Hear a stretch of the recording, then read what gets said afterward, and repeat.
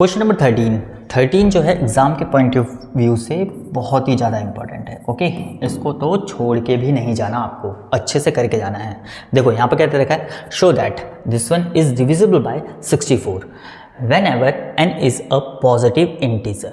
Okay, तो मतलब कि ये जो पूरा है ये कितने से डिवाइड होना चाहिए, 64 से डिवाइड होना चाहिए। तो इसको सॉल्व करते हैं। देखो यहाँ पर हम लेते हैं 9n+1।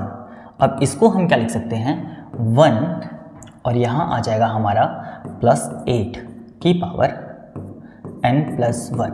ओके, अब इसको सॉल्व करते हैं। यहाँ पर कितना आएगा, देखो n+1, इसमें बाइनोमियल थ्योरम के अकॉर्डिंग इसको सॉल्व करेंगे। ओके, यहाँ पर c 0 और 1 की पावर n+1 और 8 की पावर 0 हो जाएगा, फिर प्लस यहाँ हुआ n+1 c1 और यहाँ पर आ जाएगा हमारा 1 की पावर n+1 -1 और 8 की पावर 1, ये हो जाएगा। फिर नेक्स्ट टर्म क्या होगी, n+1 c2 और फिर यहाँ पर 1 की पावर जो होगी n+1 -2 और फिर 8 की पावर 2 हो जाएगा, इस तरीके से।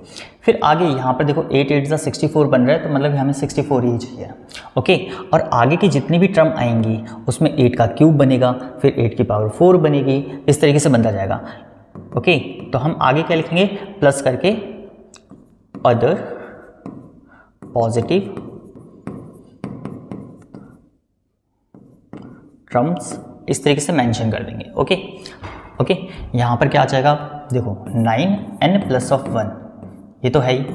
अब देखो ये 1 के बराबर, ये 1 की पावर कुछ भी हो तो वो भी 1 के बराबर होता है, तो यहाँ पर ये 1 इंटू ये 1 और इंटू 8 की पावर 0 तो वो भी 1 प्लस यहाँ पर कितना आ जाएगा, n+1 हो जाएगा, और 1 की पावर कुछ भी तो 1 के बराबर, यहाँ पर 8 आ रहा है तो मल्टीप्लाई में 8 आ जाएगा प्लस।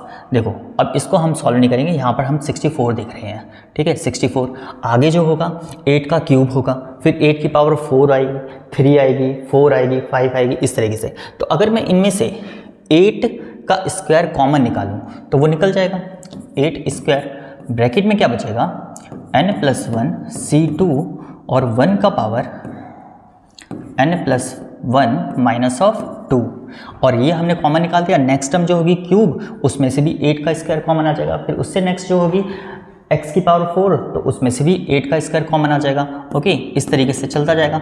और आगे जो है ये क्या है, अदर पॉजिटिव टर्म्स। ओके, ये चीज़ हो जाएगी, मतलब कि आगे तो चलता ही जाएगा। ओके, लेकिन हमारा इतने से ही पता चल जाएगा कि वो 64 से डिविजिबल है या नहीं है।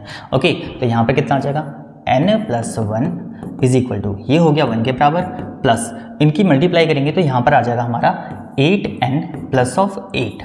ओके, और फिर प्लस ये कितना हो गया, ये 64 हो जाएगा, और यहाँ पर ये as it is n+1 c2 और 1 की पावर n+1 -2 और फिर आगे एंड सो ऑन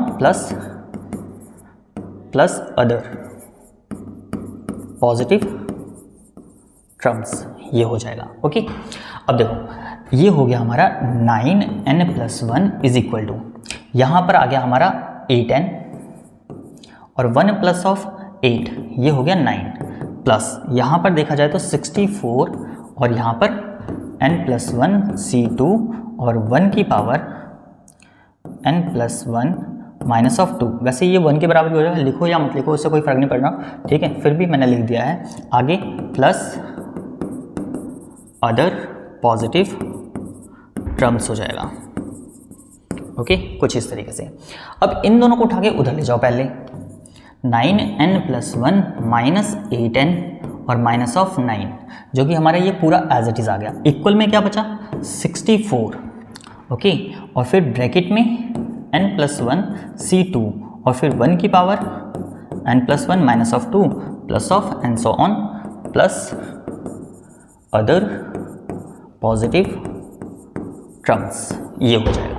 अब देखो, अब मैं इसको उठा के इधर ले जाऊं तो ये इधर जाएगा तो डिवाइड में जाएगा। ओके, डिवाइड में जाएगा तो हम कह सकते हैं ना, this one is divisible by 64। Okay, तो मतलब डिवाइड में जा ही रहा है, यही हमें प्रूव करना था, तो यहाँ पर हो गया प्रूव। देयरफॉर हम कह सकते हैं 9n+1 minus 8n-9 is divisible by 64। Okay, यही हमें प्रूव करना था, तो ये हो गया प्रूफ, क्योंकि जब हम 64 को उधर ले जाएंगे तो इसके डिवाइड में ही जाएगा। ओके, तो यही हमें प्रूव करके दिखाना था कि ये 64 से डिवाइड है या नहीं है, तो ये डिविजिबल है। ओके, तो इसी के साथ हमारा क्वेश्चन नंबर 13 कंप्लीट होता है, आप नोट कर लीजिए।